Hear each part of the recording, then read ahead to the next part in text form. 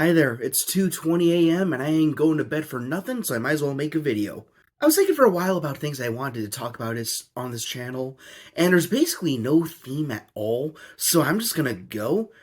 I really like George Clooney's Batman and Batman and Robin. As I mentioned before on my other YouTube channels, links in the description, of course, I am obsessed with the Batman and Robin movie from 1997. It is notoriously one of the most hated and reviled comic book movies ever made, but it's my favorite of them all for some reason, well, various reasons.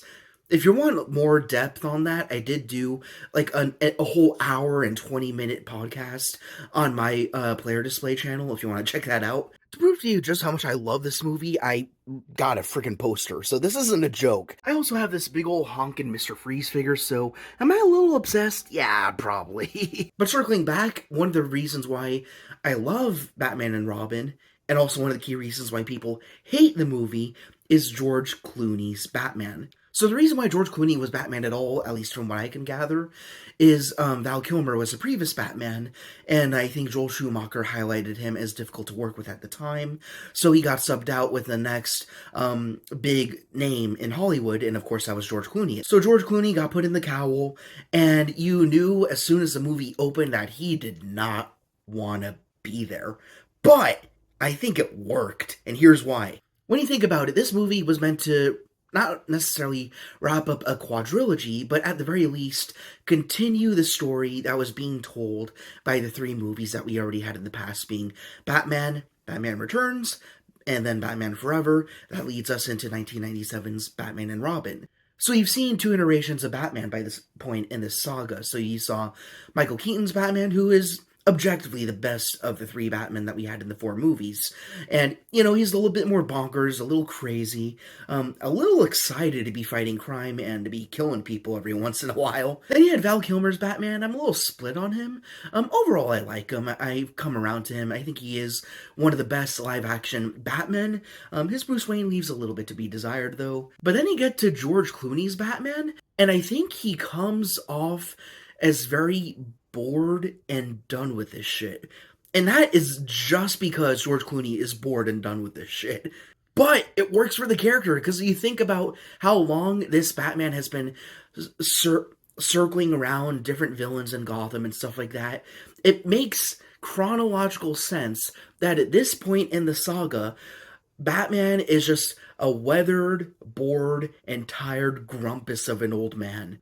He was a little bit more erratic, a little bit more introspective, and now at this point he's like, yeah, I'm Batman, whatever, big deal. Don't really enjoy what I do anymore, but I'm here for it, it's my duty, gotta do what I gotta do. And interestingly enough, I actually think that theme makes Batman and Robin a better movie.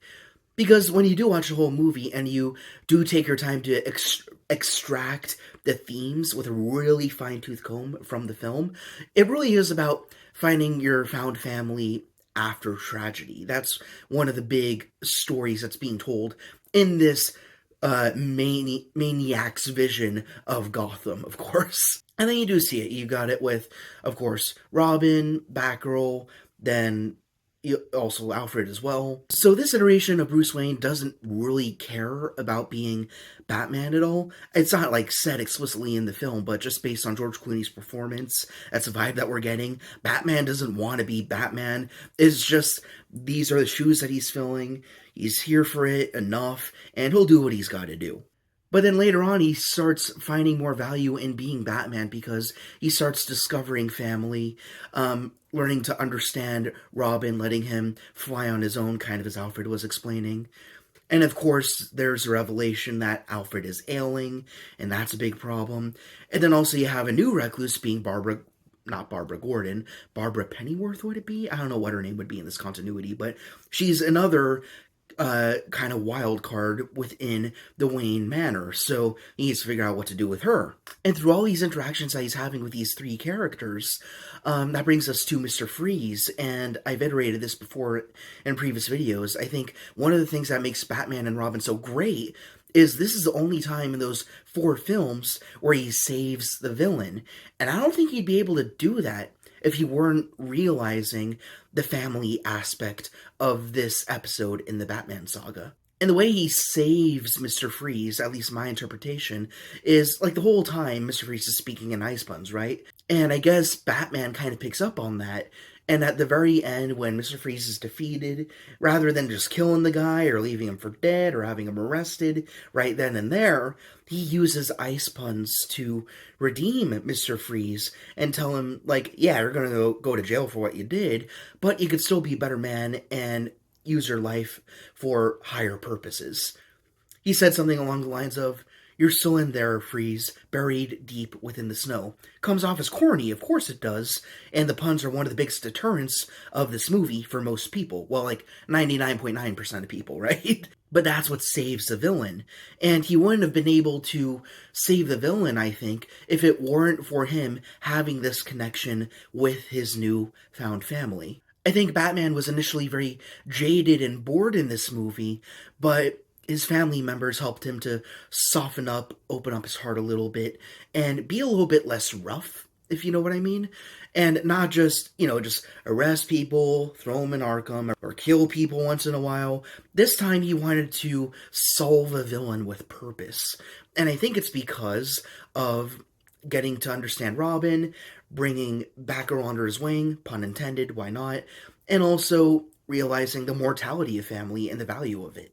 And then that kind of extends that compassion to the very villains that you're trying to save. Except Poison Ivy, she's a piece of crap, and Bane was kind of left for dead, but that's a whole other thing. But basically my point of this little micro video here is I know that it was totally unintentional, but because George Clooney did not want to be Batman, it created a really good, wholesome version of him, and an ironic twist of fate, and it worked. So am I trying to say that George Clooney's Batman is the best Batman? No, not at all.